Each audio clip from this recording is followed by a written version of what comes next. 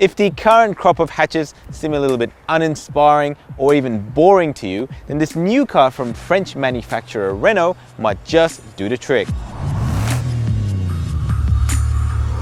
This is the all-new 2016 Renault Megane GT. It sits somewhere between the Renault sport cars coming in 2017 and the normal Megane range coming at the same time in October or September of 2016. It's got a 1.6-litre four-cylinder turbocharged engine with 151 kilowatts of power and 280 newton-meters of torque.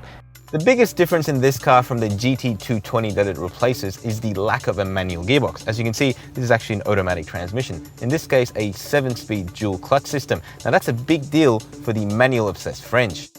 But what I love most about the cabin is this new 8.7-inch iPad-like touchscreen. Now, as you can see, it's put in a portrait position, which is unlike most other cars. It can do a lot though, including putting the car into sport mode. If I press this RS button down here, now what that does actually is change the steering and also the acceleration feel of the car. It also exudes an artificial exhaust note into the cabin, which, it's one of those things where you either love or hate. But, however, it does sound good, and this touchscreen is very much state-of-the-art.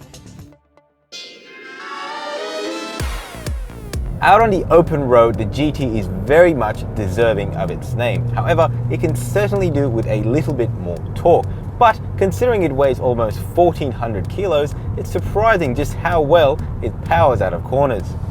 That probably has something to do with the four-wheel steering system, which means the rear wheels can also turn just that little bit. In fact, at speeds below 80 kilometers an hour, the rear wheels turn 2.7 degrees in the opposite direction of the front wheels, which allows far sharper cornering. And at speeds above that, the rear wheels turn 1 degree in the same direction as the front wheels, which allows for smoother flowing lines.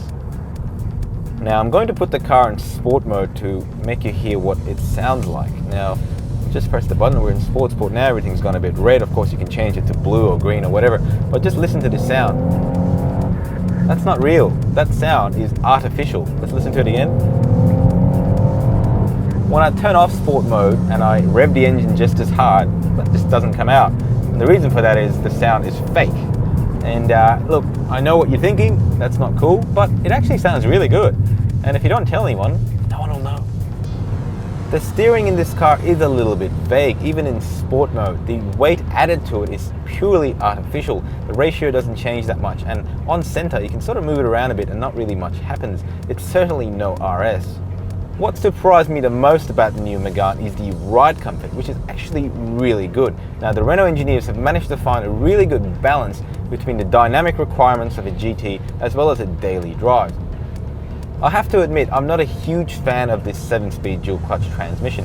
It tends to hesitate a little bit at low speeds, and also these paddles seem to be too far away from my hands to reach, which is a typical French ergonomic feature.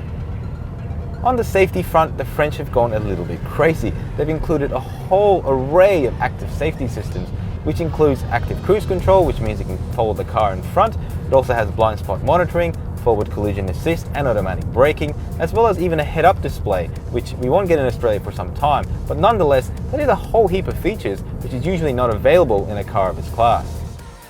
There's a lot to love about the all-new Renault Megane. It's a stylish French choice in what is otherwise a dull segment. Now, we're going to tell you a lot more about it once the car arrives locally in September or October of 2016.